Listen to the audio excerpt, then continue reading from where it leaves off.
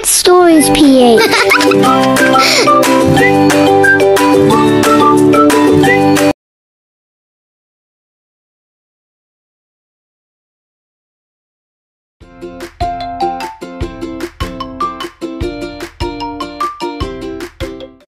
Isang araw ng Sabado, nagising si Nini na may ngiti sa labi. Ay, ang sarap ng tulog ko! Maglalaro ako sa parke mamaya! Sabi niya habang inaayos ang kaniyang higaan. 8 taong gulang si Nini, isang masigla at masunuring bata. Nakatira siya sa isang maliit pero masayang barangay kasama ang kanyang nanay, tatay at ang kanyang mga nakababatang kapatid. Pagkatapos mag-agahan, pinayagan si Nini ng kanyang nanay na maglaro sa parke. Ngunit bago siya umalis, binalaan siya nito. Nini, huwag kang lalayo at huwag kang makikipag-usap sa mga hindi mo kilala, ha? Paalala ni nanay. Opo, nanay. Pangako po. Sagot ni Nini sabay halik sa pisngi ng ina. Sa parke. Tuwang-tuwa si Nini habang naglalaro ng habulan kasama ang kanyang mga kaibigan. Maya-maya naupo siya sa lilim ng puno para magpahinga. Habang siya'y nagpapahinga, may lumapit na matandang lalaki. May hawak itong malaking supot na puno ng candy at tsokolate. Hello, Iha. Gusto mo ba ng candy? Tanong ng matanda sabay abot ng supot. Napakunot noo si Nini. Hindi niya kilala ang lalaki. Ngunit ang mga tsokolate ay mukhang masarap. Ako si Mang Andoy. Kaibigan ako ng tatay mo. Dinala kita ng paborito mong candy. Tara, doon tayo sa kotse ko. May mas marami pa ron. Sabi pa ng matanda.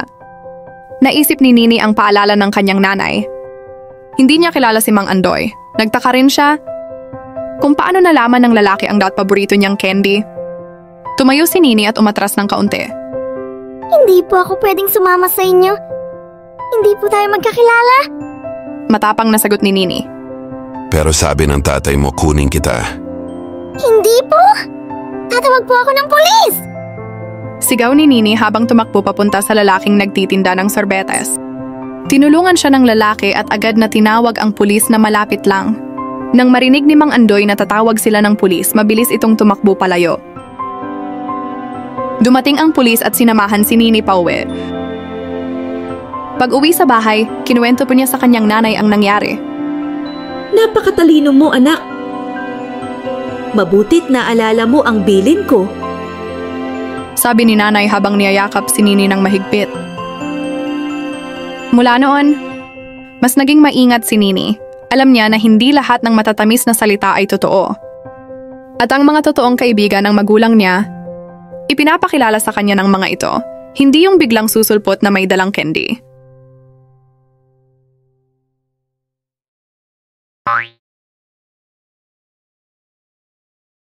Ang aral ng kwento ay, huwag basta-basta nagtitiwala sa mga hindi kilala, gaano man sila kabait o kaaya-aya.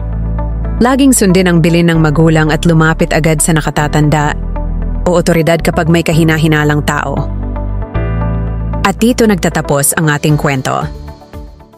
Kung nagustuhan mo ang kwentong ito, huwag kalimutang mag-subscribe upang ma-notify kayo sa susunod pa nating mga kwento.